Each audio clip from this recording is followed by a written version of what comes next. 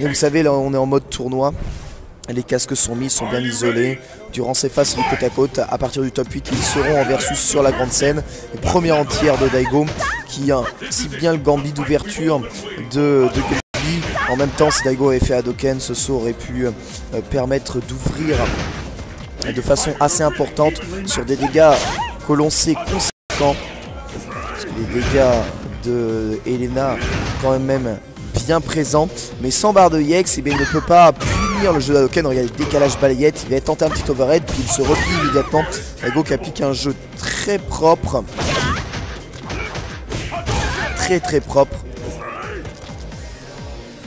Et c'est eh bien, tout à son, je veux dire, c'est l'efficacité du joueur qui rentre ici beaucoup en jeu et que l'on voit est en train de gêner un peu Gamerby. Il faut inverser les noms. Et Gamerby, il doit pousser Daigo jusqu'au coin pour pouvoir lancer la mallette Smash EX qui n'était pas confirmée malheureusement derrière ça. Là non plus, pas de confirme. Ça aurait mérité peut-être de rentrer les vrais combos. Un premier round qui s'éternise, mais quand même, Link's Tale qui a mis au sol. Daigo se relève immédiatement en dragon. Vous avez vu cette focus chargée dans la groupe entière. Là, voilà, il va pouvoir rentrer les vrais dégâts. Voilà, est-ce qu'il met l'ultra? Il met l'ultra. Mais l'ultra, il préfère jouer ça que Healing parce que vous voyez, les dégâts sont conséquents tout de même. Et mine de rien, à 13 secondes de la fin, Gamerby peut être en position de rattraper son retard. Yex Mallet Smash, c'est pas safe et Daigo lui fait savoir tout de suite. Je crois qu'il a gaspillé quand même ses barres sur ce cancel. Ce qui est dommage. Parce qu'il voulait absolument être sûr que ça rentre. On voit que Daigo prend quand même Gamerby très au sérieux. Voilà, sur gros pied. Et il y a pas de petit point. Link's Tale la mise au sol. Je sais pas si c'est un setup. C'est pas vraiment un setup. C'est juste un chargement de barre. Daigo qui n'a pas déchopé là-dessus. Vous avez vu Balai Kick décalé en fake ulti pour essayer de placer Chop juste après. Phase qui permet de carotter un peu toutes les relevées délayées des adversaires. S'il bourre dragon, reversal, t'as la garde. Si jamais il se relève droit et en faisant un coup, tu le chopes. Jamais dash en revanche là, il est bien. Donc c'est notre Chancellor Select qui ne couvre pas la possibilité de la lâche. Attention, Daigo qui rentre dans les combos phases. Double dragon et avant Medium Kick Extatsu.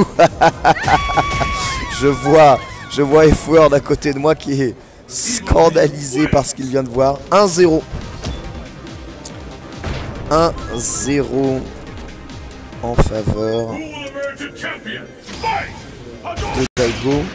Je rappelle que tous les matchs sont en 2, seul top 8 sera disputé en 3 il me semble.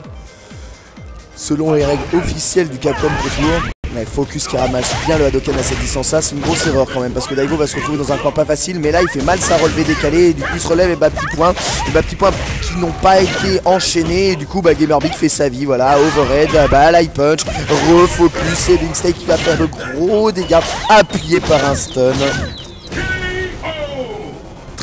Très rentable, hein. Saut gros pied sur un seul Hadoken anticipé et voilà la rentabilité que ça a. Daigo le sait, hein, il doit absolument masquer son jeu de projectile. Il a un bon Shakunet qui a cassé la tentative de Mallet Smash et il essaye de whiff punish les Link's Tale avec des balayettes, ce qui est très les dragons qui sortent dans le bon sens, hein. Ça c'est tellement la bonne exécution. Mais voilà, attention tout de même au focus. Beaucoup utiliser les focus à mauvaise distance. Ah, puis cette voix en anglais qui me fait saigner les oreilles à chaque Hadoken. Ouais, focus dash avant. Il a soit la possibilité de faire focus, de relâcher s'il est à bonne distance, soit focus dash avant, petit point au bas, petit pied. Si la distance est un peu plus longue, mais généralement ça permet juste de mettre quelques lights. Très difficile d'aller punir ou faire absorber le Hadoken très tôt. Il est en avance Gamerby, donc il se dit je peux sauter, quitte à prendre un dragon. Non. Là il a fait Mallet Smash sans EX, du coup pas de combo, du coup Daigo il décale, voilà, EX Hadoken, focus dash avant, ultra. Et là, il le veut pas le 1 partout, il le veut pas. Paf, coup de canon, mais encore en vie et une bonne garde de Gamerby qui ne déchoppera pas la Karachop, cela dit. Balle de match pour Umehara.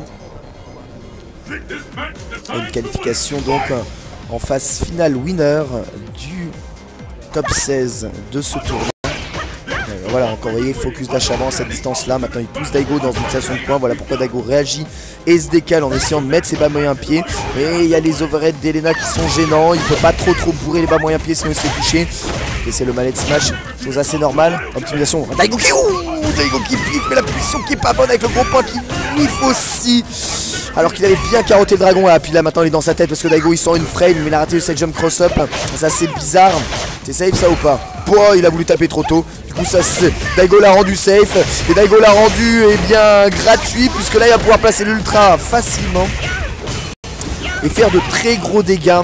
Avantage Gamerby pour le 1 partout sur une minuscule erreur de Daigo quand même, hein, qui est elle-même issue d'une erreur de Gamerby. C'est très bizarre, les deux ont fait deux grosses erreurs dans le match. Daigo il couvre l'espace, double touche encore. Et le bas petit point qui safeise la partie. Il est tranquille, mais il a failli vraiment se faire avoir un partout. La concentration de Gamerby. Et un Daigo prise en porte-à-faux parce que c'est pas difficile, c'est pas facile de gérer le match-up Elena. Plus là c'est bizarre, il joue l'ultra 1, c'est-à-dire qu'il joue les dégâts avant la régénération et c'est plutôt efficace. Ouais. Elle a vu le backdash, balette elle est là, l'avant medium qui est encore encaissé, attention à pas prendre un vieux stun. Mais ouais, le Tatsumaki peut-être un peu trop tardif qui a permis à Daigo a Gamerby de placer son bas petit point. Et Daigo renvoie ici cette descente du pied. Je sais pas comment il trouve les ouvertures de gamme, mais en tout cas il les trouve. Et il se reprend. Et bien une ultra. Balle de match. Encore pour Umehara. Umehara qui est solide dans les moments décisifs. Ce qui est important parce que... Oh là là, le cancel de BMK par Dragon pour casser la focus. Et là, il y a le mallet smash qui passe dans le backdash. Et du coup, mallet smash dans le vent. Et du coup, il y a stun. Et du coup, il y a gros combo red. Focus pour maximiser les dommages. Gros point à Ryuso. Balai punch Tatsu. Petit dragon. Et il prend avec ce dragon pif. Mais là, il est tellement en difficulté Gamerby. Voilà qu'il n'a qu'une seule solution. C'est de piffer. Le ex mallet smash puni immédiatement par un Daishoryu. Umehara Daigo est donc qualifié pour le top 16 winner